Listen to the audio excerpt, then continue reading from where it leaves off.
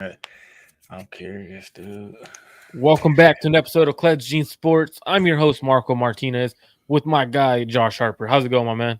Marco, what's going on? Football is back, baby. How you Full doing, bag, man? man. Good to finally have you on the show. It's been a while since we had you on the show.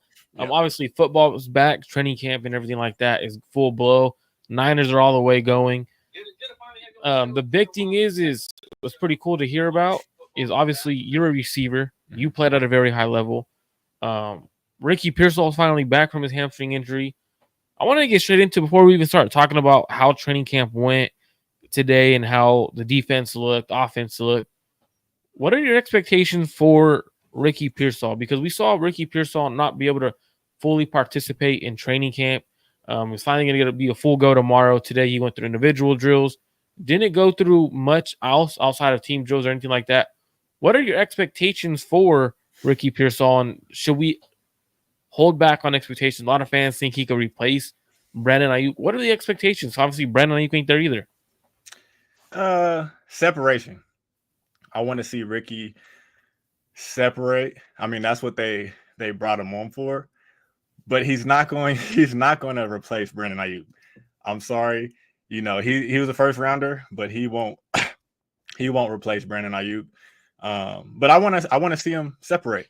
I want to see him in training camp, you know, win on third down, you know, beat the nickel backs, beat press coverage. That's what he struggled with in college. So, you know, I want to see that. I want to see that growth. I want to see him, you know, be that guy that, you know, the Niners drafted him to be. And that's to, you know, create separation, beat man coverage, beat press coverage. But I mean, we know he can run routes. We know that. But can he beat press coverage? What can he be special? I mean, he's a first round draft pick. Can he be special? Can he do something with the ball, you know, after he catches it, or is he going to be a catch and drop, you know, possession receiver? You know, that's not a bad skill to have if you're consistently open, you know, and you're moving the chains. But you know, we drafted him in the first round. I want to see him be special, right? He's an older receiver, so his learning curve isn't going to be as, you know, as hectic as a younger receiver coming into the NFL. But he's still a rookie, so you know he's going to have a curve. But I expect him to be ahead of schedule. You know, but really mainly I want to see him separate. You know, we've heard it so much. It's route running. Let's see it. You know, I'm ready to see it. And hopefully he continues to get that hamstring right. And that's the biggest thing for me is like, I want to tamper expectations. Like a lot of fans want him to come in and be this straight dominant receiver. But the thing is, though, is we never saw a dominant receiver from college at any level at Arizona State, Florida. We never saw a true dominant receiver where he's going to come in and he's just going to take over the offense and make everyone look silly defensively, right? Like that's what we're not going to see. What we're going to see is hopefully good route running. My biggest thing is, what does he look like against press? Because right now the defense is pressing. All these receivers are getting up in their face, they're in press man, and making it hard for them. They're making life harder. That's one big thing that I saw from him coming out of college that he struggled at. People were like, "Oh no, he could run." You could run. There's two different things of you could run routes, but how do you get off of the line of scrimmage? What's your feet look like? What's your plan to beat press? Like that's to me is one of the bigger things that I felt he struggled at. And for me, we're going to see him be able to find the soft spot in the zone. That's something he was great at. He was great at running to the open spots, finding the soft spot in the zone. How does he look when it becomes a contested catch opportunity? Does he go up and win it like he did at Florida? Because that's something that I thought was one of his strengths. Or does he try to play not with his hands and more so body catcher? That to me is going to be a big thing to see as well. The offense needs the receiver to step up. Don't camp. Obviously, Debo's been getting target after target after target, but Debo still isn't beating press man. So that to me is like, okay, well, man, the longer BA sits out, I think the more leverage he kind of gets because you don't have that true route runner on the field. Do you think that could be something BA's hoping to see? Like, all right, I know what Ricky Pearsall is. I saw him at Florida. I know what he was at Arizona State. He's not going to be able to beat press man, and that's where I come in. Mm-hmm. What's up with Brandon Aiyuk? Is he signed soon? Because we're already in day one of padded practice, and he's still not on the field. Yeah, I mean, the Niners have to sign him. I see it. I mean, and it's not everybody. I see a lot of 49er fans on Twitter saying like, "Oh, he's greedy," and we'll trade him. We got Ricky Pearsall. I'm here to say Ricky Pearsall is not Brandon Aiyuk, and I don't want to find out next year. We'll find out eventually. I don't want to find out next year during this Super Bowl window, but Ricky Pearsall is not Brandon Aiyuk, and that's not fair to him. Let him create his own path and not be Brandon Aiyuk. But the Niners need Brandon Aiyuk. If we think that he doesn't matter as much as he did last year, we're going to be in for a rude awakening. So I think they get the deal done. And I can see, like, just from reading different articles in practice, I feel like his presence is missing. I know Trent Williams in the offensive line is missing some pieces as well, but I think Brandon Ayuk's presence is missing. And if the fans will learn sooner or later, hopefully not, but how big of a piece Brandon Aiyuk really is and how good of a receiver he really is. So far throughout camp, Brock has not completed a ball deep down the field. That's something Brandon Aiyuk last year during training camp was doing very well. And that's, for me, it says a lot about the offense, right? Like, if you lose that element of the deep threat, and now all those safeties start coming down, start creeping down, because you have no one that could beat me over the top. Mm-hmm. George Odom getting interceptions in practice. We'll get to that in a minute. But that just tells me, like, all right, what's going on? Is he, like, what are the defense seeing? Like, okay, well, we know Brock don't got that deep threat. We know no one's going to beat us over the top. Let's start cheating a little bit. What happens is, once you start seeing the same offense over and over and over again in camp, you start knowing what they are, what they can and can't do. And without Brandon Aiyuk, you're going to have those guys creep down. For me, not having Brandon Aiyuk is a big problem for the 49ers offense. And I know a lot of people are calling him greedy, trade him. You were in the league at one point. You know a lot of dudes across the NFL. You've played with a lot of guys.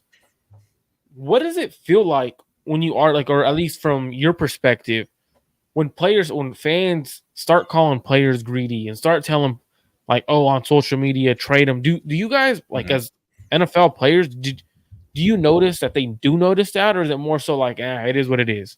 No, yeah. I mean, I know a few NFL players, that have had contract years, and they see it. They definitely see it. And just because one player takes a pay cut to help, a certain area of the team doesn't mean that they all have to take pay cuts and help other areas of the team. They definitely see their peers and where they're at as far as yearly average. And I'm pretty sure Brandon Aiyuk is looking like, Jalen Waddle's getting this. I definitely deserve more than him. Amon is getting this. I feel like I deserve somewhere around there. Why would just like every day at work, right? You're going into work. You're the best performer at work, but this dude who's slacking off and he's not doing nothing is getting paid more than you. How are you going to feel? Regardless, y'all both get paid pretty well, but don't you feel like you should, get that promotion or get paid more than the person that's slacking off? So that just because they're making millions and millions of dollars, they still feel like they need to get what they deserve. And I think that's a great way to put it, right? Like, because they are looking at what everyone else is getting paid around them. Mm-hmm. At one point, Brandon Aiyuk was ready to sign early in the offseason at a much lower rate. But at that point, that's the 49ers' fault. Because, right, like, it's when you look at it, it's like, if a player's getting ready to sign early and he's wanting to sign early and you're not pushing for him to be signed, once those other guys who he knows he's better than or he feels like he's better than get paid, that's when things start changing. And people are like, oh, how are you going to do that to the Niners, blah, blah, blah. That's not besides the point, because obviously I think he'll get done, everything like that, even if he has to play on that fifth-year option. Trent Williams not being there, the offensive line looks terrible. I was listening to Isaiah, so the coach, and Jesse Naylor of Last Second Sports, and they're talking about the O-line, and Jesse, he went on to say, like, they look bad, like really bad, and coach was so he goes by coach because he coached at the college level. So he goes by coach. He's like, nah, man, they weren't bad. So I didn't think they were bad. He goes, they were unprofessional. He goes, like, none of those guys looked professional level offensive linemen. A lot of those guys didn't look like they were professional level offensive linemen. Do you think the Niners have to do something about the O-line, or what's going on with the O? Like, from your perspective, or what would you want to see the O-line do? And obviously, they're missing Trent. He'll eventually be back. They'll get him signed. Like, I don't think that's going to be an issue. Yeah. Brendel and Feliciano were not there, so your potential three starters are still there, and the offensive line looked terrible. You had Banks, you had Puny, and you also had Colton McKivitz. Colton McKivitz, from what I was told from multiple people, looked like the best offensive lineman on the field. Oh, brother. That's a problem, and not a good problem to have. So, man, I mean, it goes back. It just doesn't start this year. It goes back to previous drafts, previous free agent signings. Like, the Niners do not like really take it serious. They don't take the offensive line serious. And again, I don't know if that's Shanahan just thinking like, hey, I can scheme around the offensive line and their deficiencies. I can do something to make our offensive line look good. Until you play against another good defensive coordinator who's also a great mind with schemes and X's and O's, and then it's like, now we need to rely on our offensive line to give Brock some time back there. But man, I don't. At this point, what can you do? You can bring in more competition. But at this point, competition that you bring in, if you sign someone, it's not going to be good competition unless it's going to be good comp. The only guy out there I'm like, okay, it would be a good competition if you bring in Connor Williams, but even then, he's recovering from that ACL injury that he had with Miami, so that's why he's unsigned. He would immediately be a plug-and-play starter either at center or right guard. But at that point, you're bringing in someone injured, so you don't know what he could give you yet. Do you think they should make a trade for an offensive lineman, whether it's a backup tackle, whether it's a starter that could potentially be your starting center? Do they need to do something at the offensive line? Is that going to be an excuse for Kyle or eventually? Because every year I felt like the Niners have either got the NFC Championship, Super Bowl. There's been a reason he has an excuse, right? Jimmy Garoppolo, this 2019. The year before, Jaquaski Tart not dropping the year after, Jaquaski not catching the interception and them crumbling. Last year, the offensive line not picking up a key block in a key situation. They had the opportunity to fix the offensive line. They didn't. What excuse does Kyle have now? So do you think they should go out and trade for someone? Yeah. I mean, if it's as bad as people are saying and what I'm reading on Twitter, because I haven't actually gotten to a practice, yes, I think you need it. This is going to be the best team that they have, from here on to like 3, 4, 5 years down the road. Trent Williams is getting older. George Kittle is getting older. I don't think Debo will be here that much longer. Who else? The defensive side of the ball. Charvarius Ward contract guy. Like, we don't know what's going to happen beyond this year. So this team may not be this team in the next 2-3 years, right? So this is now. This is the time. And if you're going to the Super Bowl, you're going to the playoffs, NFC Championship games, what is the glaring need? It's been offensive line. It's time to fix it, whether that's a trade, something. Well, it has to be a trade. So, yeah, I think they need to go out and identify somebody who they feel like can come in and start and help their team win, get to that next level and execute that trade. Whatever it takes, honestly. But, be smart with that trade capital, because you know how we can get with, trading around draft picks that don't work. But you're saying don't trade 3 1s for an offensive tackle? Don't trade 3 1s for an offensive tackle. but get it done, man. I think they need to trade for an offensive lineman. That's last year. That was the case. That was the biggest glaring need, the offensive line, and the offense and the stopping the run. But defense still did their thing. Go get some offensive linemen, man. Trade one. We need one before camp is up for sure. I mean, what's funny about it too is like they had the opportunity to take someone I was extremely high on, Kingsley Suamataia out of BYU, and he's with Chiefs. He's with the Chiefs, and he's actually starting. So they drafted Wanya Morris last year in the 4th to replace. Like, they kind of already had the idea they're gonna have to replace their left tackle. They're gonna let him walk. It's gonna be too much money or XYZ or whatever. And they drafted Wanya Morris last year in the 4th. They still followed up and drafted Kingsley Suamataia in the 2nd. And right now, Kingsley's winning that battle. He's been going with the ones every day, from what I've been told, but I don't watch it. And I've seen a lot of clips because a lot of other teams, it's so cool to see and be able to see how other teams look. Yeah, because they give their fans access in the sense of they allow fans to record at camp. The Niners don't. The Niners Yeah, that's say terrible. cameras off. So he's looking good. I've seen a Yeah. lot of videos of him. He's looking good. Had a nice block to create open a big run. Pass pro. He's growing every day. And then we had Kyle, I want to say it was day 2 of camp, maybe day 1. He was asked about offensive line and if the offensive line was an issue. And his response was kind of wild to me. He said that the 49ers don't have a philosophy regarding the offensive line. They don't have a philosophy inside out, drafting wise. There's no philosophy there. And I think this is what Hater Debate from Sports Talk says is, why don't the Niners have more respect for the offensive line, especially after losing so many QBs? I'm going to let you take this one. Is there an issue philosophy-wise? Obviously, Kyle says there's no philosophy about the O-line. There's no respect there to bring top offensive line in versus you look at a team like the Chiefs. They have the best quarterback in the NFL, probably the best quarterback to ever play the game of football. Arguably. His interior is the best interior in the NFL, hands down, no questions asked. And they still are drafting year in, year out offensive linemen early in the draft.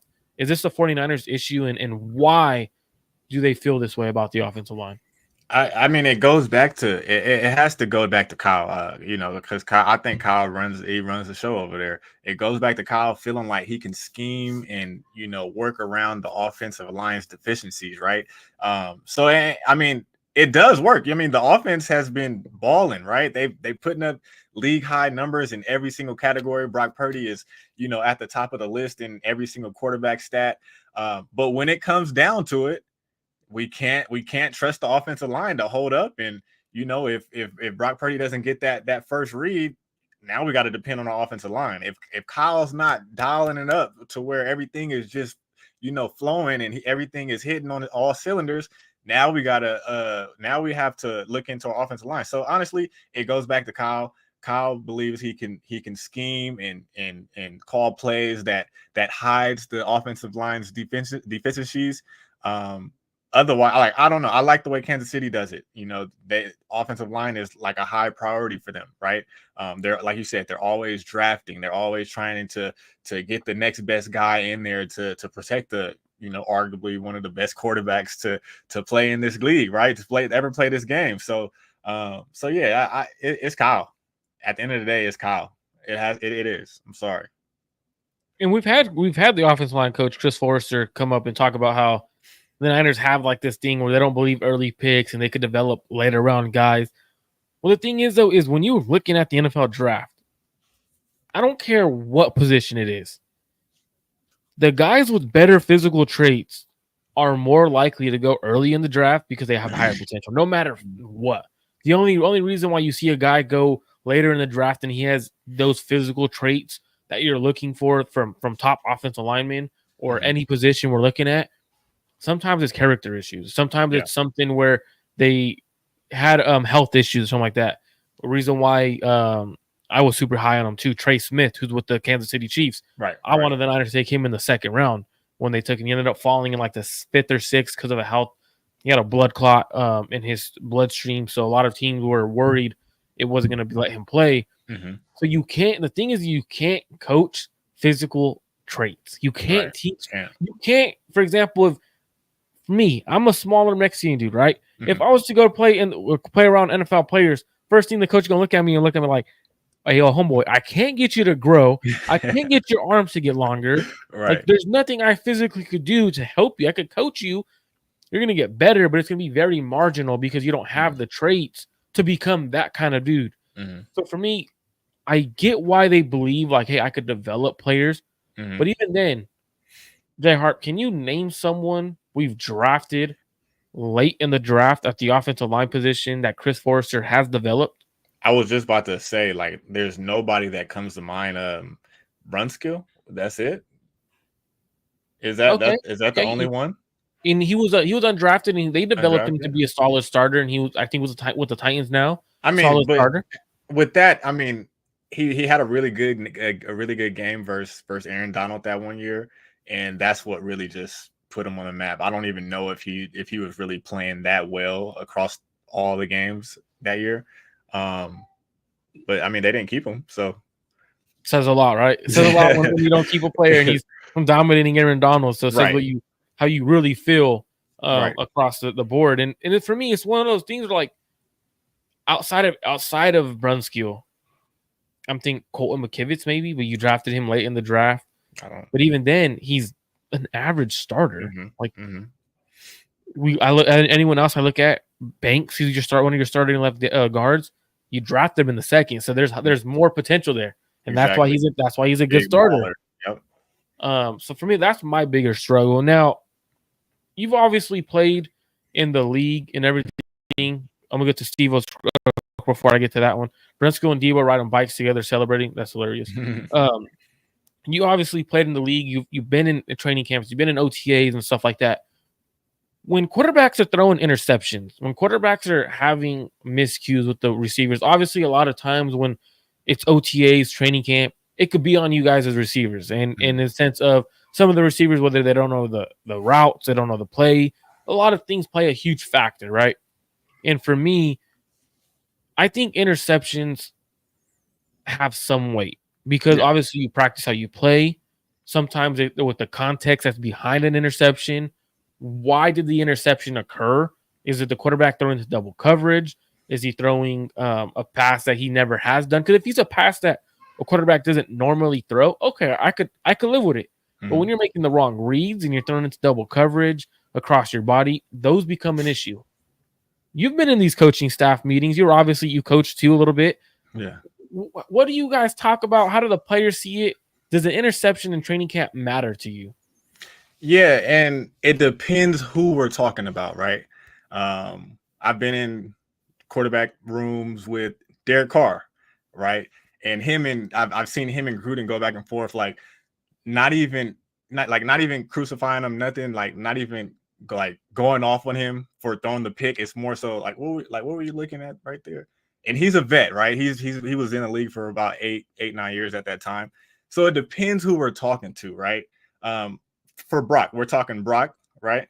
We're talking Brock. He's a younger quarterback, but he's done things in the league to give him some type of leash, right? Some type of leeway to where, Shanahan's probably like, hey, I mean, what were you looking at here? I was just trying this throw out, coach. I seen him, go that way. I seen him show that shell, so I tried to zip it in there. Those are the conversations that happen and go on in these meetings. So me personally, I don't feel like Brock Purdy it's nothing to be alarmed about. He had some interceptions thrown last camp, but he was coming off of the elbow injury. Yeah, the UCL injury. But right now, I don't think it's time to panic. But I am a believer on you practice how you play. And, at the end of the day, he's not going out there to throw interceptions on purpose. Let's just put it like that, right? He's trying to complete every single pass, make every throw, whether he's trying things or not. Maybe it was just a bad read. Maybe it was arm strength. Maybe it was this or that. I don't know. I didn't see the throw, but it's nothing to be alarmed with Brock, but at the end of the day, he's not going out there to just throw the interceptions on purpose. And for me, I don't care if he's throwing interception. To me, I feel like I've always been a firm believer. I've coached by old school ass coaches where you practice how you play, and if you're practicing like shit, guess what? Game day, you're gonna play like shit because you're not prepared for the game. Obviously, we don't have a game, but the thing is, though, is how are those interceptions occurring, right? So I talked to multiple people that were at training camp. I asked them, how did these interceptions come? Before we get to that, I'm going to get to Johnny Holland has done the best with the least draft capital he has. He's developed Dre Greenlaw. We've seen Aziz Al-Shaair. He's developed linebackers, and he's gotten low capital or undrafted free agents. So that's a good one right there. So from what I was told, Brock threw 3 interceptions. One of the interceptions was off Logan Thomas's hands. So what I was told is the interior pressure came from up the middle. Brock had great pocket presence, great feet, rolled out, extended the play, put the ball on where Logan Thomas could catch it. Logan Thomas popped it up, tried catching with his chest, popped it up. Ball goes in the air. Fred Warner makes a play. to me, that's not on Brock. That to me is like, okay, I can live with that. Like, right. Your tight end has to make that damn play. Like, you put it on him, he has to catch the damn ball. It's a touchdown. And then the next one was Brock Purdy was throwing a pass to Brandon Willis.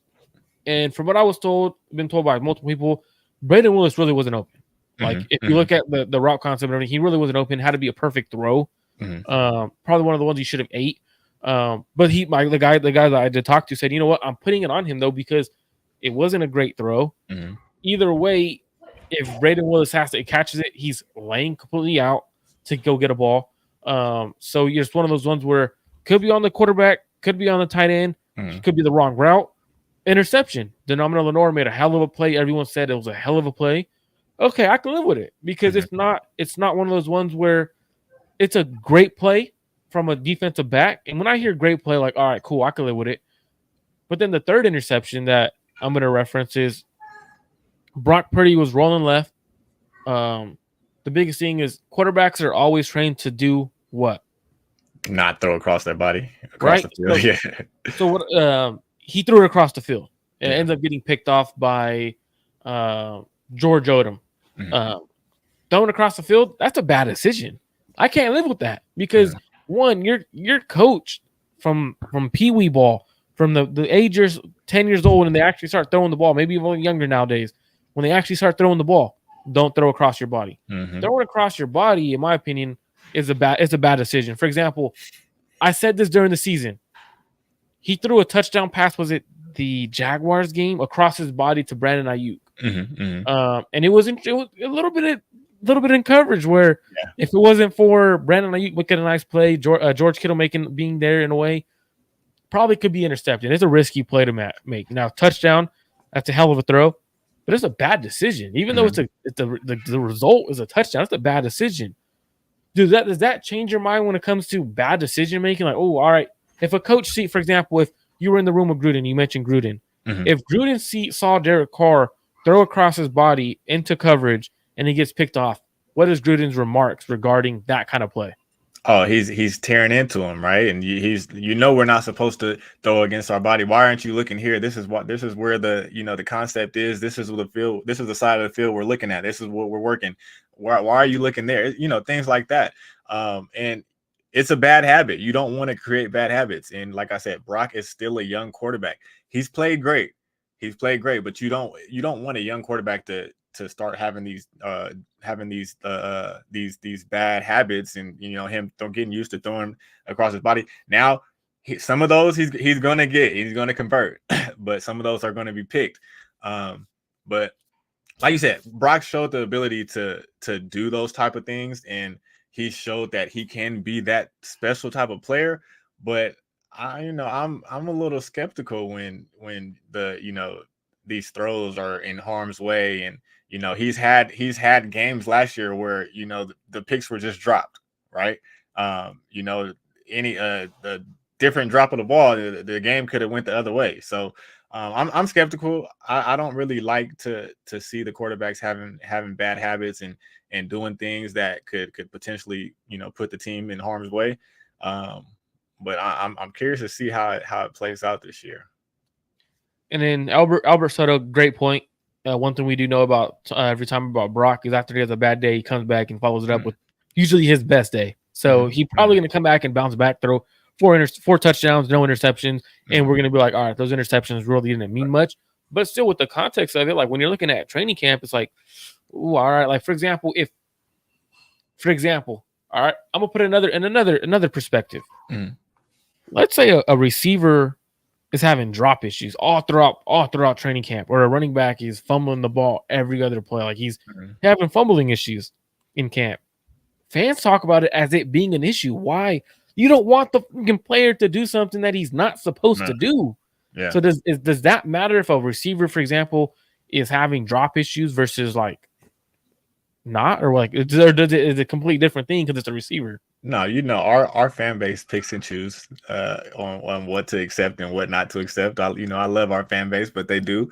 But yeah, if word comes out that Brandon Aiyuk comes back and he's dropping all these passes, what's going to be the next thing to come out? We paid him all this money for him to drop all these passes, or he wants us to pay him all this money, but he's sitting here dropping three balls of practice. Like, yeah, I mean, it matters, right? And the fans know it matters, and people on Twitter knows it matters, but we pick and choose on what we think matters or not. Bad practices matter. Again, Brock Purdy has a longer leash because of what he's done in his career in the games. We've seen he can be a special quarterback. We've seen him play special. So it's not a case where we're like, oh my God, Brock threw 3 interceptions. What now? Back to square one. No, we know he's the guy. We know he's a really good quarterback, but we just don't want him to pick up those bad habits, him still being a young quarterback.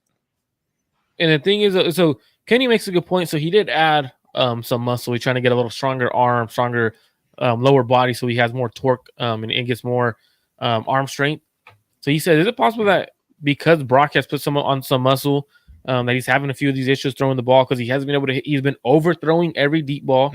And he's probably feeling like, you know what, I have a stronger arm. I could throw across my body now. I could do what Josh Allen does in big time games, throw it across his body and connect on a receiver. Do you think that could be something where as you get stronger as a player, you develop an arrogance? For example, you could develop that arm arrogance. I'm sure receivers have the same way when they start developing better hands, start trying to catch everything one-handed, stuff like that. Yeah, for sure. I mean, and that's probably a situation where he's like, oh man, I put in all this work to get my arm strength up. I've gotten bigger. Let me try things that, I normally wouldn't have tried last year, or I normally wouldn't have tried in a game.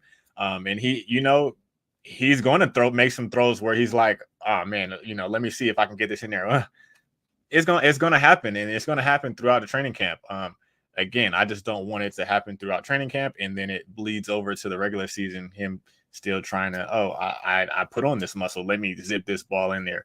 But again, I'm not worried about Brock until things start to happen in the game. But, like you guys said, he has a bad practice, but he comes back and it's like, okay, this is the Brock that we know, come back 13 for 13 in 11-on-11 sessions with 3 touchdowns, things like that. That's what's probably going to happen tomorrow. And the good thing is too, is like one thing that I forgot to mention is Brock was without George Kittle, Trent Williams, Brandon Aiyuk, who else was it? Christian McCaffrey.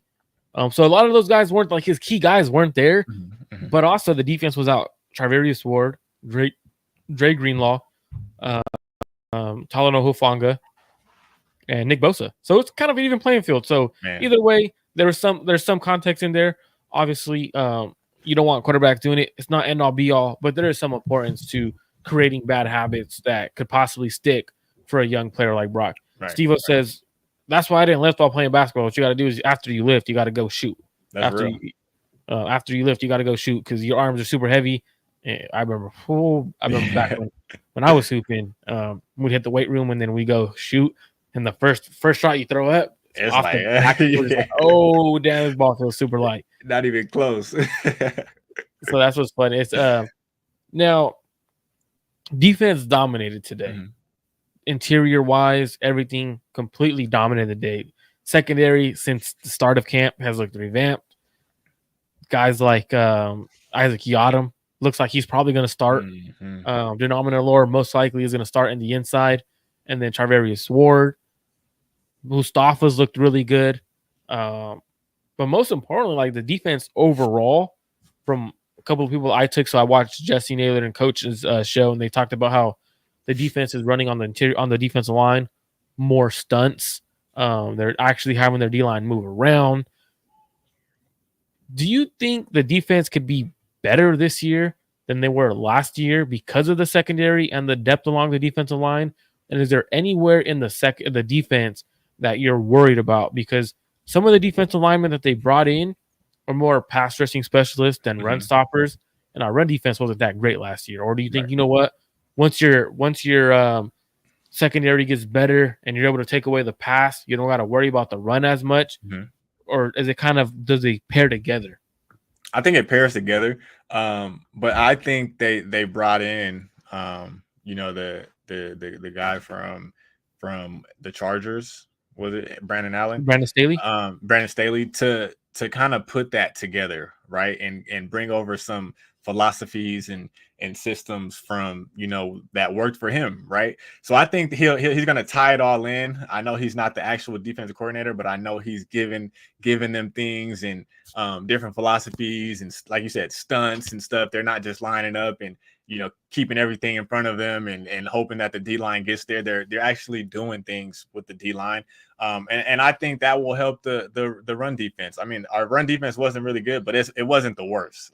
Okay, it wasn't the worst. So I think the defense can get better. And that's with, you know, being able to stop the run to force them to pass, and our secondary is better. We're not having to worry about Ambry Thomas over there if somebody goes down, right? We have Isaac Idom, who I've heard he's having one of the best camps in the defensive backfield.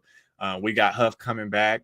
We got the Ricky Mustafa who's been making plays, running around. Don't forget, like, we're stacked on defense. Like, what else do we need to be the top 3 defense, top 5 defense in the NFL, right? So I believe that, you know, they're going to get better. They'll find a way to stop the run. And with that, teams are going to have to throw. And I think that secondary is 10 times better than it was last year. So it's going to be You were exciting. just about to mention Jair Brown. Jair Brown probably had the hit of the day. I guess. So the Niners had an end around where Debo was coming around the left side and Brock Purdy was his lead blocker in a way. And I guess Jair Brown came flying down, bad intentions, and just fucking cracked fucking Debo. Like, he made it a point. He made it a point of emphasis. So I guess the angle, everything was already done. Like, Debo was pretty much getting ready to go out of bounds. But he made it a point. It's like, you ain't out of bounds yet, dog. Yeah. And he made sure he finished the play the right way, as a safety should. From what I was told, he laid the fuck out of him. Like there we go. And that's my kind of play. Like, if you come down, you flying with bad intentions, and especially when a guy like Debo, like, oh boy, like, that's okay. And usually you don't see DBs hit Debo like that. And when I heard that, I was like, okay, you know what? That's crazy. So the safeties is sounding like the safeties is like the stronger part of the defense right now, man. Like, so far to start camp, it has been. What's going to happen? Like, you got 3-4 safeties back there that could potentially just step in and not miss a beat. Man, that's a good problem to have. Your base defense is going to probably have 3 safeties on the field. Yeah. Because if you think about it, like, if you have, for example, Mustafa, Hufanga, and Jair Brown on the field during base defense, you don't really got to worry about the run, because those guys could stop the run, and they could also play a little bit of man. They could play zone, so they could do a lot of different things, and it disguises a lot of things. So hearing that about the secondary and the safeties, I'm like, okay, like, I like that. Yeah, I mean, you know what our linebackers do. Like, well, that's no problem. And also another name, D Winters. I heard D Winters is having a really good camp. He's had a solid camp from what I was told today. Not told. I was listening to Jesse and the coach's show. They said they thought Jalen Graham was better than him today. So both young linebackers like both of them. Yeah, that's another good problem to have. Also, I know they're talking about Will Levis in the chat and talking about how he puts mayo in his coffee. Yeah. Yo, Kalia, Steve-O, don't try it, dog. Don't try it. Like, if you try it, I might have to block you on all social media platforms. Like, don't try it. Don't please don't do that. If you do though, let me know, because you're probably gonna have diarrhea. You probably have some kind of nasty ass shit. So let me know how it goes if you try it. Another guy on defense that I've been told has been solid, but nothing like phenomenal yet. Had a great pass breakup in the end zone on Jawan Jennings, but they're kind of letting him ease his way in. Is Renardo Green, and I think Renardo Green potentially he could be a starter, but when you have such a deep secondary, he probably won't start year 1 and year 2. In my opinion, I think it's best if he doesn't start, and the reason why is he's small in terms of strength, size. Let him go bulk up a little bit. Like, let him use his first full season to fully get in the weight room with the strength conditioning staff, nutrition staff, not have to worry about school and stuff like that. I think if he adds on some weight, he has the physical attributes like the speed, the physicalness, physicality. Sorry.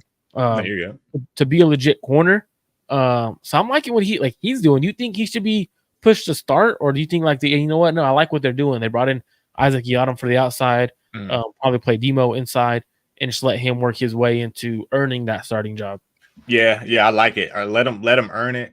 One, because he's a young guy who's handsy. So with that is going to come a lot of illegal contacts, defensive pass interference, things like that. So let him learn the game, see what works, what doesn't work, what refs call, what they're not going to call.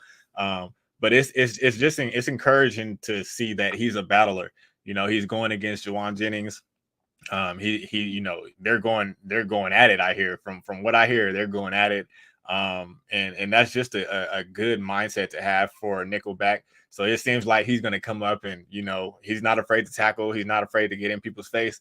So that's something good, man, that Ronaldo Green can build on, and just let him build. Just let him learn that nickelback and learn the NFL game and whole.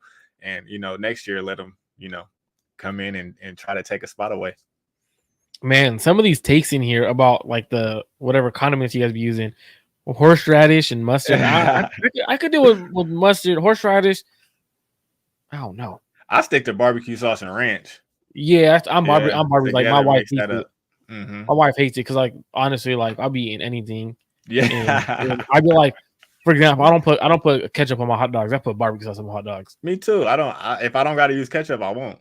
So I put barbecue sauce on my hot dogs. If I have mac and cheese, I like just adding a little bit of barbecue sauce in there. Oh, really?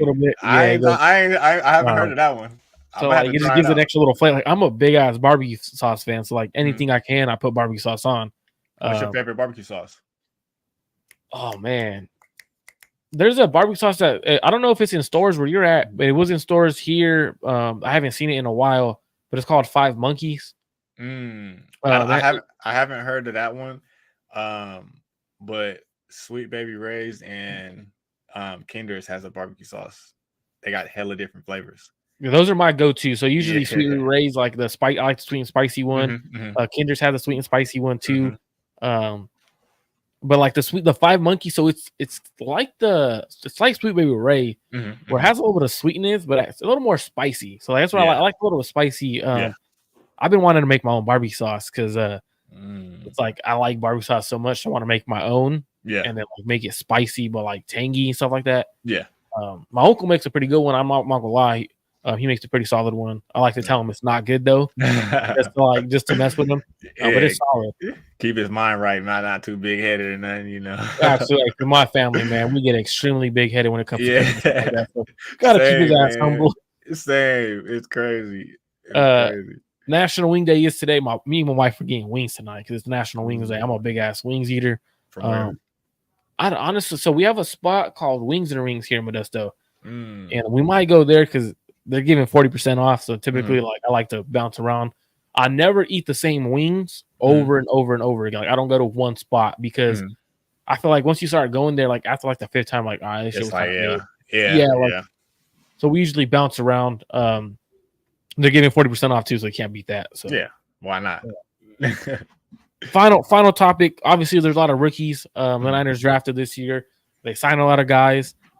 Which guys are you most excited about when it comes to rookies or a new signing so far in training camp? Outside of obviously Isaac Guerrero, we can't really talk about him. And even if we were talking about him, he's fourth on the depth chart because Jordan Mason's been freaking balling the hell out during camp. So there's no Isaac Guerrero. We really haven't seen Ricky Pearsall, but you could possibly be excited about him. Jacob Cowling went down after a few days in training camp. So those are three rookies that have automatically been kind of knocked, in my opinion, from me, just because I haven't seen much from them in training camp so far. Right, man. I mean, what's the chances of that? All your offensive rookies just banged up, skill position, just banged up like that, and hamstring issues.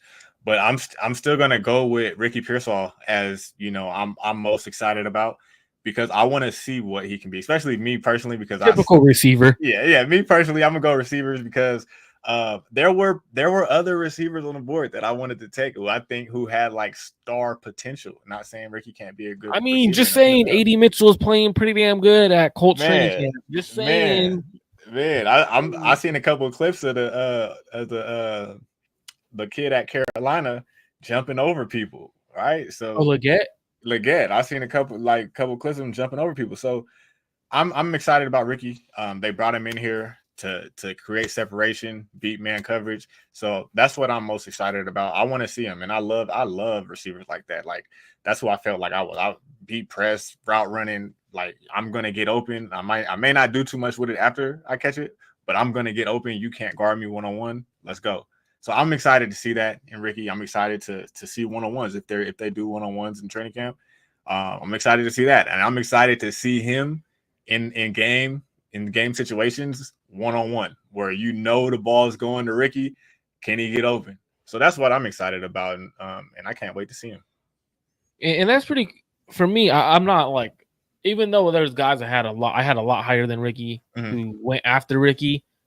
I hope he does well, man, because obviously he's a Niner. So I hope he does well. But like, they pass up on some dudes with traits. Like if you want a higher end receiver and when having to replace Debo and Brandon Aiyuk potentially down the line, like you want to go with the guys with the higher upside who could be with your team longer, especially because Brock's coming into his prime. So like that's why we drafted an older guy, probably won't see a second contract with the Niners.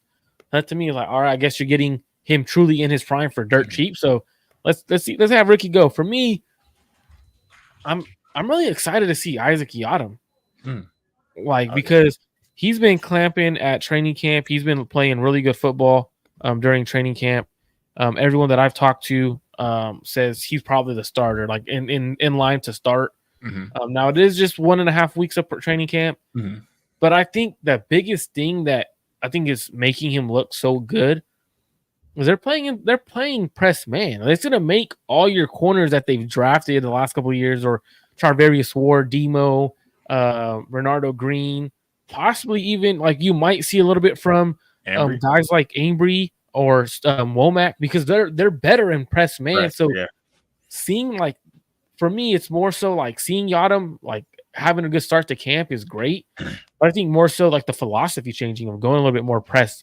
Even if you're in zone and you're just at the line of scrimmage and you're pressing like that, to me throws off a timing for a receiver and a quarterback, especially like you played receiver. How is it when you're getting pressed? There's an extra step or two that you have to create versus if someone's playing off, you're trying to get on his toes so he could get the hell out of there, and now you could do what you have to do. So for me, I think it plays a nice little different changer to the defensive line, being able to get after the quarterback that extra half second to get that sack. So for me, it's Isaac Yiadom. I'm excited to see what the defense looks like, because so far, from what I've been hearing, defense has been winning training camp so far. Yeah. And that's typically how it goes. Like the early parts of camp, the defense is always farther along than the offense.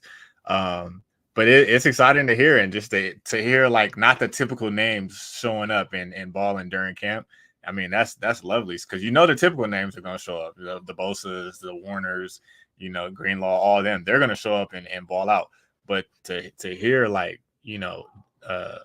Jair Brown coming up and hitting Debo, and Isaac Yiadom having some of one of the best camps at the corner position, and he's probably going to start. Just to hear things like that got to get you pumped up to see our defense play, even in preseason, man. So I'm excited. I'm excited for the defense.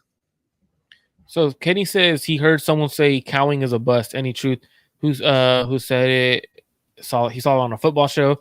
I mean, you can't really. How can you call someone a bust when you haven't seen him really play? Like, from what I heard, first a couple of days of camp, Cowing looked really good. His speed looked there, route running looked there, caught a few balls. But you haven't really. How are you gonna call it, bro? How does someone call someone a bust without seeing them play like in the actual NFL game? I mean, you can't. I mean, you can. And with Cowing it was a head scratcher. I think Cowing was brought in to be a punt returner and then kind of like a gadget guy for Shanahan, because it doesn't make sense that they went and drafted another receiver. It didn't make sense. But to call him a bust already, I mean, he's hurt, right? I mean, he had the OTAs, but he got hurt in OTAs, right? That's when he got hurt. Yeah, so he actually got Cowing got hurt day 2 of camp, maybe day 3. Dang, so like yeah, but I did hear he was doing all right. Besides catching punts. I heard he dropped a few punts. Heard he dropped a few punts. So that don't make coaches happy at all. You At dropping all. punts with no one coming after you. That's a real big issue. and that's going to be his ticket to get on the field early. So And what's weird though is I think Pearsall could beat him out as a punt returner. I think like Pearsall, because you have the sure hands. Mhm. Now you're not gonna have those big splash freaking returns. I mean, you might have him here and there, but he's a safe returner. Can get you 7 yards, which is a great for a return. So I think Pearsall is in line on that side in terms of returning. Now, kick returns could be a whole new story. Like Niners aren't even practicing that shit. Like that to me, they need to go practice. I've talked to a couple guys who have been there every day. They practice it maybe once or twice. Out of the 5 days, it's a whole new kick return for the entire NFL. Niners coaching staff, Kyle Shanahan said he doesn't know how it's really going to go. Yet they're not practicing it. To me, that's kind of interesting. Like, who do you think is going to be their kick returner? So I think we talked about it on one of the shows. I thought it was going to be Isaac because I don't think he was a good running back, but I thought they saw something in him as a kick returner that he can possibly translate into a decent kick returner. But with him being out and just like not being able to practice, I think, believe it or not, I think Debo is going to get some run back there because from what I hear, there's going to be a lot of kick returns returned this year. Oh yeah, a lot. So what better than to have the best player besides McCaffrey, obviously, the best player with the hand on his ball on your team, Debo, get him more touches. So I think Debo is going to get some run back there for sure. The only thing with Debo is don't get me wrong, he's probably going to break a couple of them, but his ass going to get got. Yeah. He ain't crib. He might crib one. Yeah. But his ass getting got. Like he's gonna get to like the 30. He's gonna get field position game. Yeah. He ain't. I don't see him returning them like left and right. Like some of those guys, like some of the guys might. But like the way it is set up now, like so I watched a lot of XFL and the XFL has it. It's sort of like a wide zone, inside zone kind of like play. Like you have to find the gap. Like you have to find the hole, and there's gonna be actual blocking. So you might even see teams throw out actual offensive linemen on the kick return team because you're trying to actually get out and pick up a block or someone who could create just a tad separation. Because remember, they're standing 5 yards in front of each other, 5 to 10 yards in front of each other. They can't go till he catches it, and now you're already out of the play because half the guys are on one side. You hit one side full blast and on an open lane. You got the whole left side. If you're hitting right, your whole left side is playing catch up at that point. So it's going to be fun to see. There's another question I wanted to ask you. Yeah. Oh, do you think Elijah Mitchell gets traded with how great Jordan Mason has been to start camp? So I think it's a possibility, but who would want Elijah Mitchell with his injuries and being so injury prone? What would you get for Elijah Mitchell? He's a really good running back. Don't get me wrong. I think he's a good running back. I think he makes a good point for kick returner too. He has 4.3 speed. I mean, he ran 4.3 at the combine. You got to find a way to get him the ball because it's like he gets the ball a few times and then he's hurt. We got to find a way to get him the ball. What would you take for him? Let's say someone called and said, "AJ Harper, I want Elijah Mitchell off your hands. What can I get him for? What's the asking price you think he could go for?" I think he's getting a 6th round. I think he's getting a 6th round pick. I don't do it for a 6th. You just might as well keep him at that. I think he's getting a 6. Like he's had a really good rookie year, and then after that, he's just had so many injury riddled seasons. Yeah, I don't for the 6th round. I'd rather have him be my 2nd, 3rd running back, maybe possibly your kick returner. Keep him, and then you let him walk in free agency. After this year, someone signs him. I'd rather get a 7th round pick for him eventually rather than a 6th round pick and getting that comp pick. Like to me, it's not worth it. TC says, "I pray that Brock shows up, Kyle, and plays how he wants and gives Kyle the middle finger." What happens? What do you think about this comment? I mean, I think they work hand in hand. I don't think it's a Brock and Brock versus Kyle thing. I think they're really good together. I don't think it's a situation where Jimmy wants to do what, Jimmy wants to do it this way, but Kyle's saying no. I think they're on the same page. So I don't think it's a Brock versus Kyle thing. I think they're on the same page. Yeah, because we saw that with Jimmy. Jimmy wanted to do one way. He wanted to go out a shotgun, quick game. And Kyle's like, no, we're running my damn offense. Yeah. And that's when we started seeing your plays effing suck from Jimmy. And that's where it kind of like, but yeah, I think, what do you think? I'm listening to this question. This because I saw Grant tweet this question earlier. And I thought this was actually pretty interesting of a question. He said, what does Brock need more? A good O-line or Kyle Shanahan? That's a good question. That's a great question. That because we know what Shanahan does with good quarterbacks. We've seen it, and he dials shit up. He dials it up, and he's a great offensive mind, and him and Purdy together are great together. But I don't know, man. I know a lot of people will say offensive line, but I think they're too good together. I think he needs Kyle more. But Kyle needs to get out of his way. Kyle needs to get out of his own way to get that Super Bowl. So there. I'm gonna go Kyle too. And the reason why I'm gonna go Kyle is I saw last year Kyle could get Brock Purdy to the Super Bowl, or they could get to the Super Bowl together without an offensive line. Yeah. We're saying now, if the Niners had an offensive line and no Kyle Shanahan and someone else is calling plays, I don't know what they're going to look like, so I don't want to go with the unknown. I'd rather say, you know what? I think he needs Kyle more. 100%. Now, don't get me wrong. Every quarterback needs a good offensive line. Yeah. The offensive line wasn't terrible last year. It was a mid-level offensive line. Like you had 3 of your starters were solid across the board. You had obviously an elite left tackle. The left guard was solid. Really good offensive lineman, Aaron Banks. Your center was solid. Your right side wasn't the greatest, but the way Kyle calls plays, he makes up for the offensive line. So a lot of times, you could hide it. Yeah, I think you could get a 3rd or 4th round pick at the trade deadline if there's injuries for Mitchell. I don't know. I just think the talent. Yeah, you can get it for the talent, but I think the injuries is just going to hold a dark cloud over him as far as what you would get back for compensation wise.